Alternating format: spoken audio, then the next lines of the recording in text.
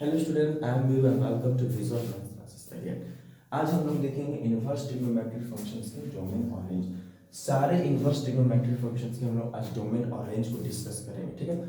क्योंकि इसमें directly question आते हैं कि find the range of the given function, या फिर इसका यूज कैलकुलस डिफरेंशिएशन और इंटीग्रेशन में भी है, ठीक है। तो यहाँ पर सबसे पहले मैं एक प्रॉपर्टी डिस्कस करूंगा इनवर्स ट्रिग्नोमेट्रिक फंक्शन का, कि अगर साइन इनवर्स, ठीक है, साइन थीटा रहे तो उसमें से थीटा को हम लोग बाहर ले लेते हैं, ठीक है।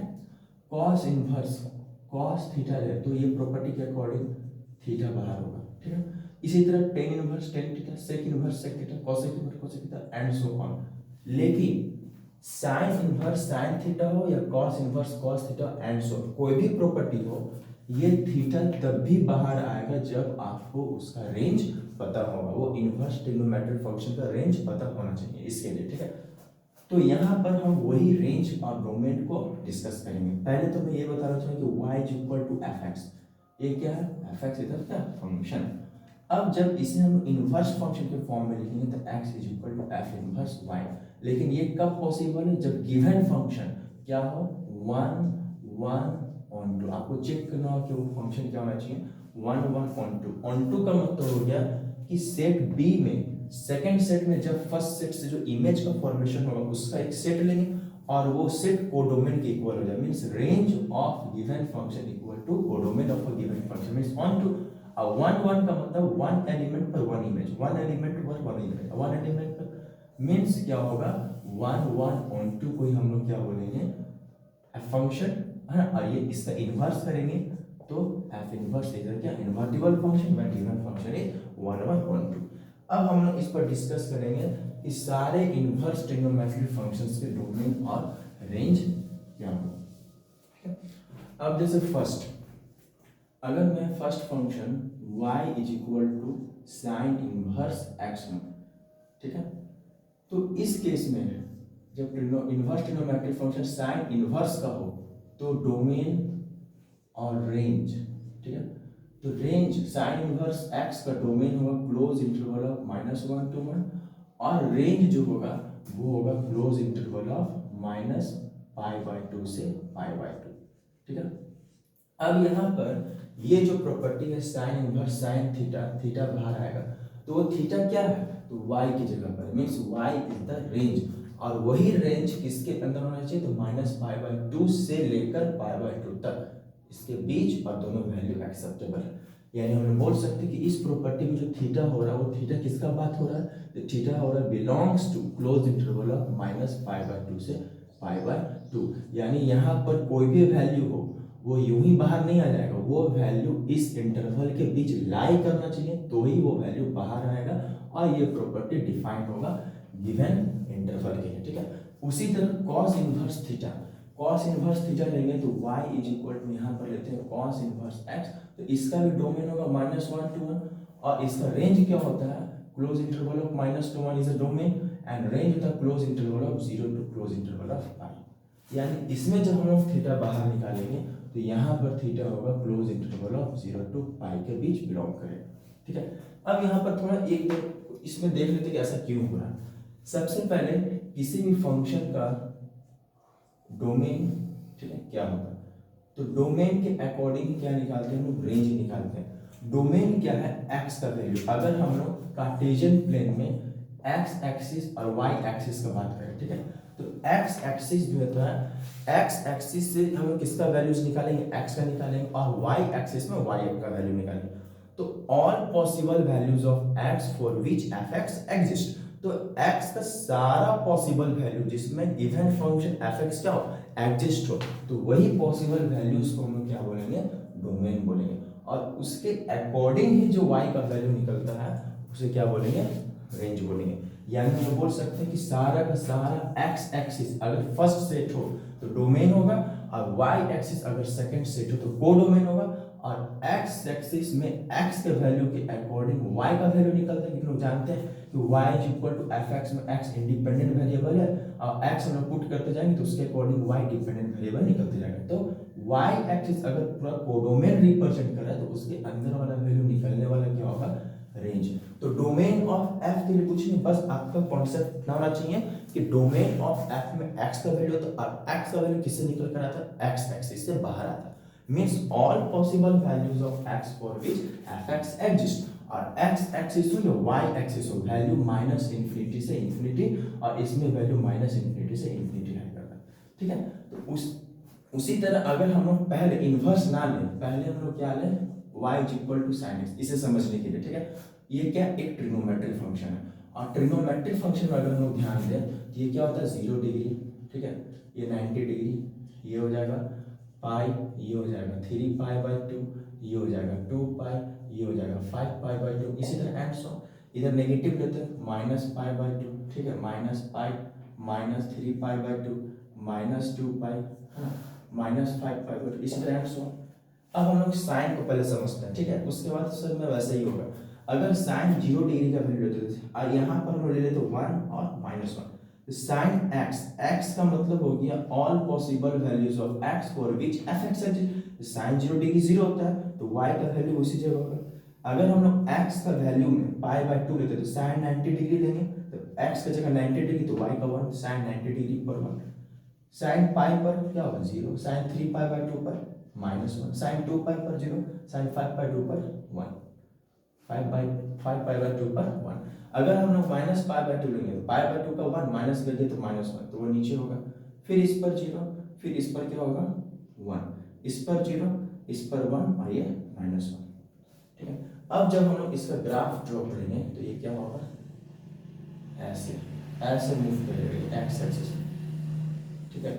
इसका मतलब क्या हो गया कि यहाँ पर जो हम डोमेन का बात कर रहे थे, डोमेन मींस क्या, all possible values of x, all possible values of x for which f x exist. तो एफ एक्स यहाँ पर क्या, y is equal to f x में एफ एक्स क्या साइन एक्स है, और x का ऐसा कोई भी वैल्यू ना हो जिस पर sin x को अनडिफाइंड कर दे, मींस x का सारा वैल्यू एक्सेप्टेबल है, और लेकिन जितना भी वैल्यूज x को पुट कर रहे हैं वो आइदर 1 हो रहा है या -1 हो रहा है या उसके बीच हो रहा है। यानी हम लोग बोल सकते हैं कि साइन का अगर डोमेन का बात करेंगे, डी का बात करेंगे, तो वो कहाँ कहाँ से लाई कर रहा है, तो सारा वैल्यू है, तो यानी हम लोग सारा वैल्यू में r ले लेंगे इसको, ठीक है।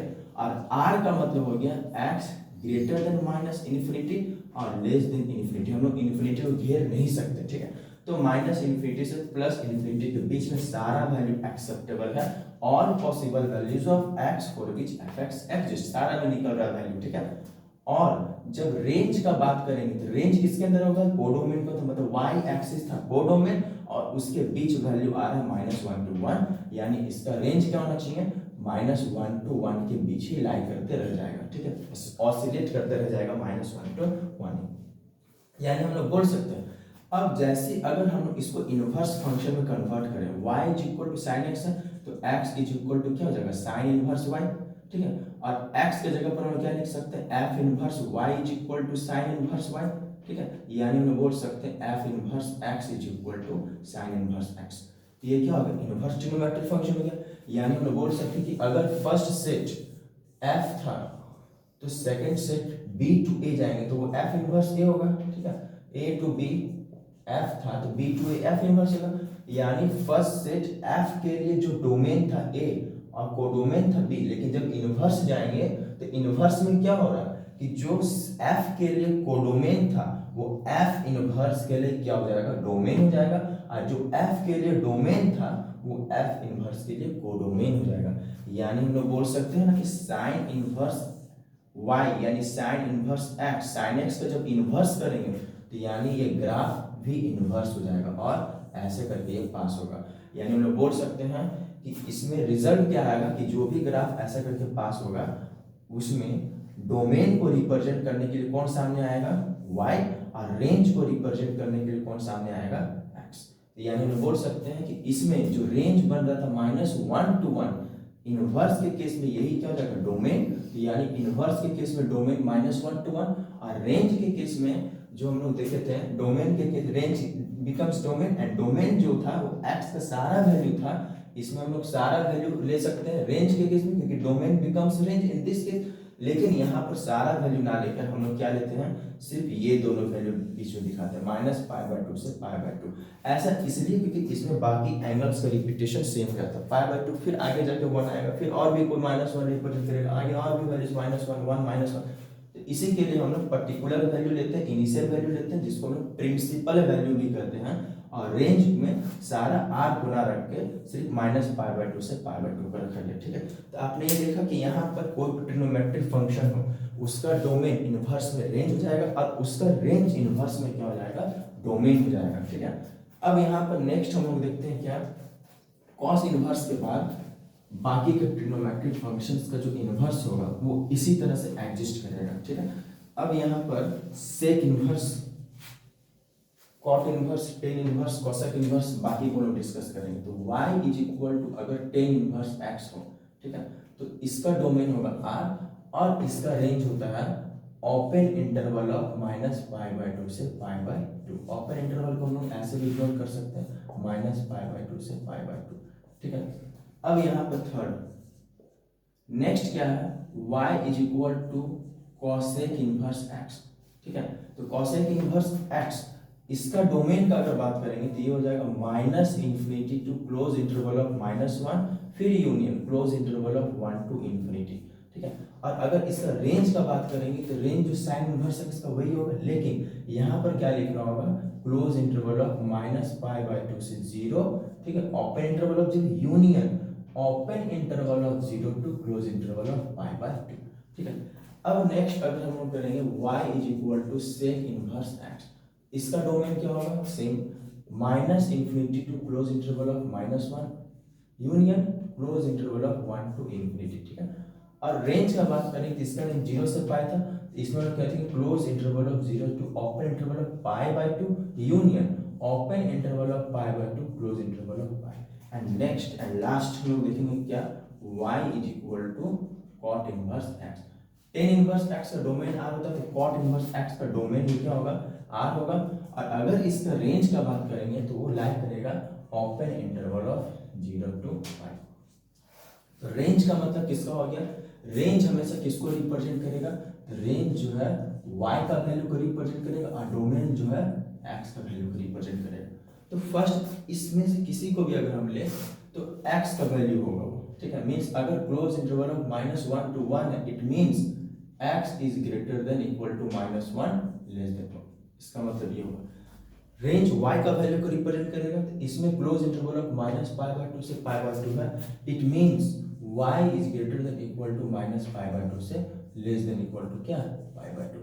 इसी तरह से होगा, सिर्फ इसमें आप लोग को ध्यान देना है थोड़ा, कॉसेक इनवर्स और सेक इनवर्स। इसमें जीरो वैल्यू नहीं आ रहा है और इसमें भी जीरो वैल्यू नहीं आ रहा है। रीजन क्या है, क्योंकि हम लोग ट्रिग्नोमेट्रिक फंक्शन का ही इनवर्स करते हैं। तो होता है क्या है कि अगर हम लोग इस पर ध्यान दें कि y is equal to sine x में अगर साइन 0 डिग्री क्या होता है, 0 होता है, लेकिन वही अगर हम लोग कोसेक 0 डिग्री निकालने जाएंगे तो क्या लिखते हैं, 1/sin 0 डिग्री लिखते हैं, और साइन 0 डिग्री 1/0 यानी क्या जगह अनडिफाइंड।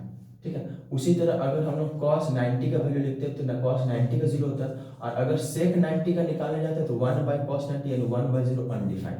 तो इसमें हो क्या रहा है, ये अनडिफाइंड किसके वजह से हो रहा है, 0 डिग्री की वजह से हो रहा है, इसलिए cosec में 0 डिग्री नहीं आता, बाकी सब वैल्यू एक्सेप्टेबल है।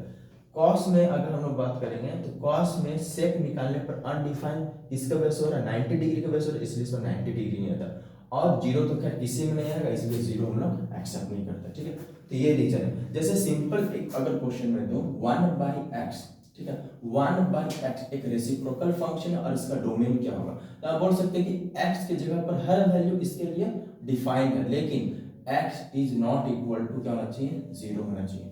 क्यों, क्योंकि अगर x 0 होगा तो ये रेसिप्रोकल फंक्शन का क्या कर देगा, अनडिफाइंड कर देगा। यानी हम बोल सकते हैं इस रेसिप्रोकल फंक्शन के लिए डोमेन क्या होगा, r मींस सारा वैल्यू होगा बट नॉट एक्सेप्टेबल क्या, 0।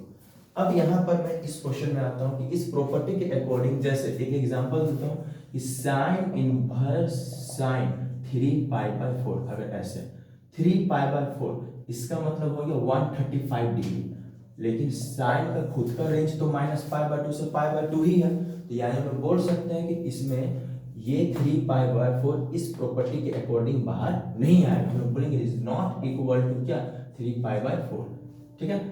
इसी के लिए इसका आंसर जो वैल्यू होगा y का वैल्यू होगा वही होगा जो इस इंटरवल में आएगा, तो हमें इसके एंगल को साइन का एंगल जो है उसको इस इंटरवल में लाना होगा, ठीक है। तो 3π/4 साइन का कौन सा इंटरवल होता है, अगर हम लोग बात करेंगे ये हो गया फर्स्ट क्वाड्रेंट, ये हो गया second quadrant, third and fourth, sine का क्वाड्रेंट होता है सेकंड क्वाड्रेंट।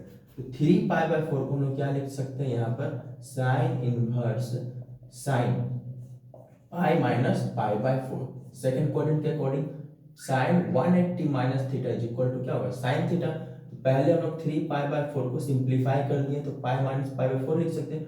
अब नेक्स्ट स्टेप में हम लोग क्या कर सकते हैं, sine inverse sine pi minus theta क्या लिखेंगे साइन इनवर्स साइन थीटा। ये प्रॉपर्टी होता है ट्रिग्नोमेट्री का कि sine 180 minus theta is equal to sine theta. और साइन π/4, अब 3π/4 के प्लेस में 5/4 आ गया और ये 45 डिग्री जो है ये दोनों के बीच लाई कर रहा है, यानी हम लोग बोल सकते हैं इसका आंसर π/4 बाहर निकाल सकते हैं। और यही π/4 जो है बिलोंग कर रहा है किससे -π/2 से π/2 के बीच बिलोंग कर रहा है, यानी ये वैल्यू क्या है एक्सेप्टेबल है, ठीक है। इसी तरह के हम लोग कोई भी क्वेश्चन हो वो थीटा तभी बाहर निकालेंगे जब थीटा को हम लोग सॉल्व कर सिंप्लीफाई करके ऐसा ला दें कि वो किसी न किसी इनवर्स ट्रिग्नोमेट्रिक फंक्शन के रेंज में लाई कर रहा है। आपको एग्जाम में मेनली इस पर ध्यान देना, sine inverse, cos inverse and tan inverse पर ज्यादा ध्यान देना, ठीक है। यही था domain and range of the given inverse trigonometric function, और इसी से क्वेश्चन डायरेक्ट आते हैं, ठीक है। ये इंपॉर्टेंट है आपके एग्जाम के लिए। थैंक यू, हम लोग फिर नेक्स्ट वीडियो में मिलते हैं।